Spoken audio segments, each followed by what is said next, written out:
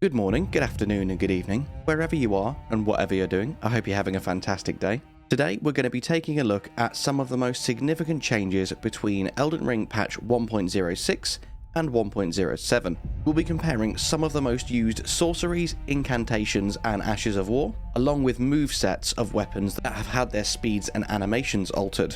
This is by no means an exhaustive list, just some of the more significant changes. And there are enough examples here for you to grasp the gravity of the changes between 106 and 107. And for the full patch notes, the link will be down below in the description. So let's start off with the sorcery changes. I am using the exact same build on both patches, and we'll start off our testing with the Magic Glint Blade. This is the very solid starter spell for the prisoner class, and honestly still one of my most used spells in the game. And as you can see at this level, it now does 426 damage as opposed to 364, which is a 14.55% damage increase. And that is pretty much the percentage that you'll be seeing for all spells, weapons, and abilities throughout this video. But let's test them out just to be absolutely sure. And next up, we've got the Shard Spiral. And as you see, when I use it against this patrolling knight just after he's been aggroed, it goes from 240 damage after the second hit to 268, amounting for about 11% damage increase. Next up, we're going to use the Carrion Piercer, which is a 13% damage increase.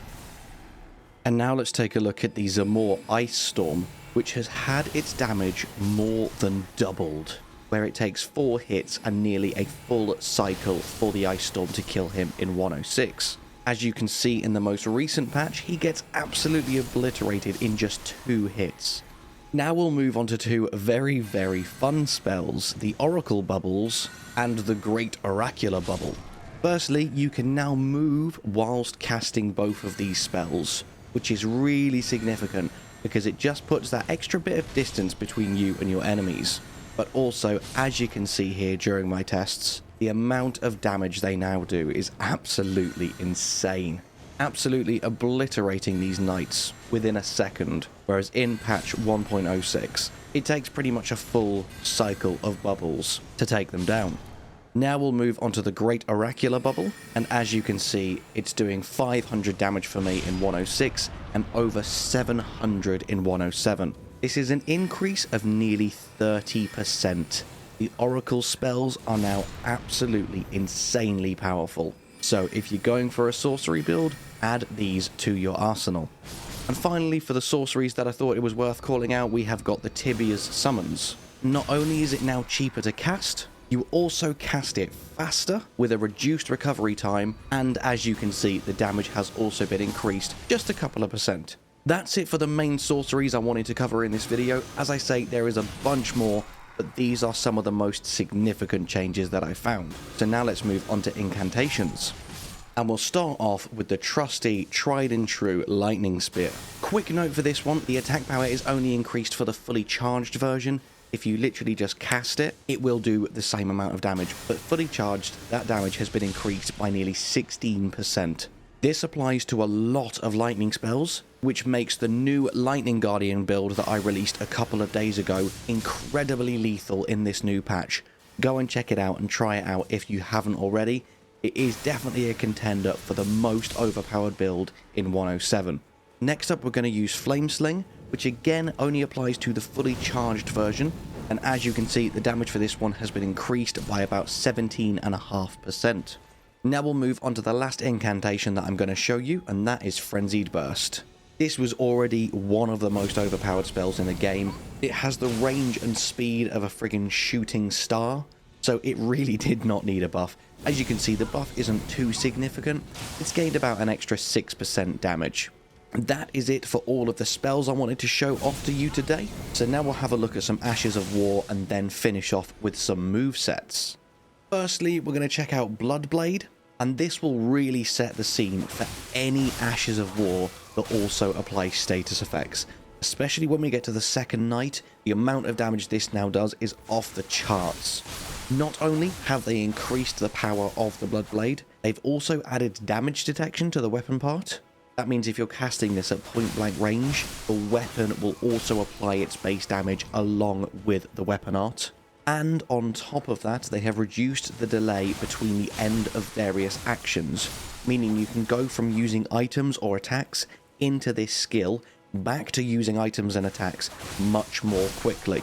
And that is a theme for a lot of Ashes of War and weapon skills now. A few more that they've made this change for that didn't make the cut for this video are the Taker's Flames of the Blasphemous Blade, the Storm Blade, Vacuum Slice, and the Moonlight Greatsword. There are others, but just to give you a few examples. Next up, we'll look at Flaming Strike. The footage for this one isn't perfectly like for like, but you can very clearly see I'm only needing to use 2 different actions to deal over 400 damage in the most recent patch, yet 3 separate actions don't even do that in the previous patch. They've also increased the duration and attack power of the fire buff that this gives you, and once again, they've made it quicker to switch between skills and actions when using this weapon art. So it is absolutely insane now, and makes the Knight's Cavalry build that I reviewed a few weeks ago even more powerful than it already was. Now we will take a look at Bloody Slash. Once again, you can see that the blood build-up and the attack power has been significantly increased in the most recent patch, and you can probably tell that the action is being used much quicker as well, because again, they've reduced that delay between actions. There are actually a total of 19 weapon arts where they have reduced the delay between the ends of actions, so you will find that this much quicker use of your skills applies to pretty much every single weapon or build that you're going to be running. And the final Ash of War that I'll now demo for you in this video is the Sacred Blade. And again, you can see the damage on it is now insane. They've also increased the speed of the motion and the range of the blade. They've once again added damage detection to the weapon part, and also increased the effect duration and the attack power of the holy buff that this weapon art gives you. So as you can see from the variety and versatility of the buffs that they've given us in this patch, it truly makes me believe that the difficulty of the DLC will be on another level.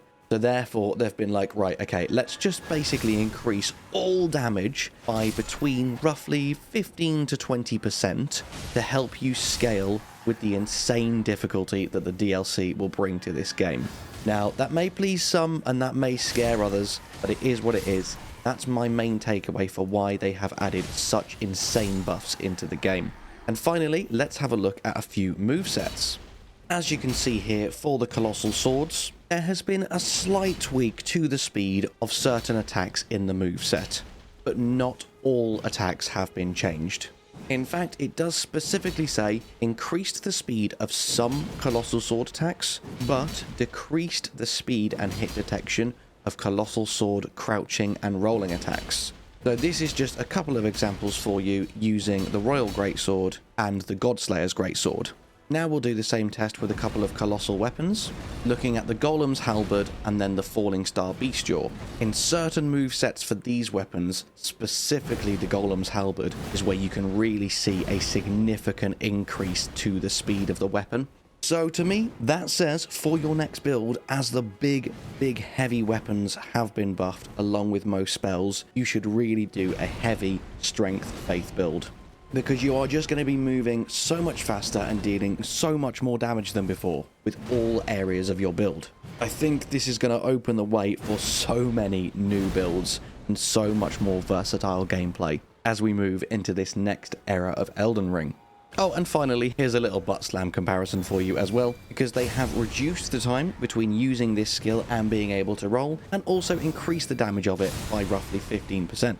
So there has never been a better time than now to do a butt slam build. And with that, as always, thank you so much for watching.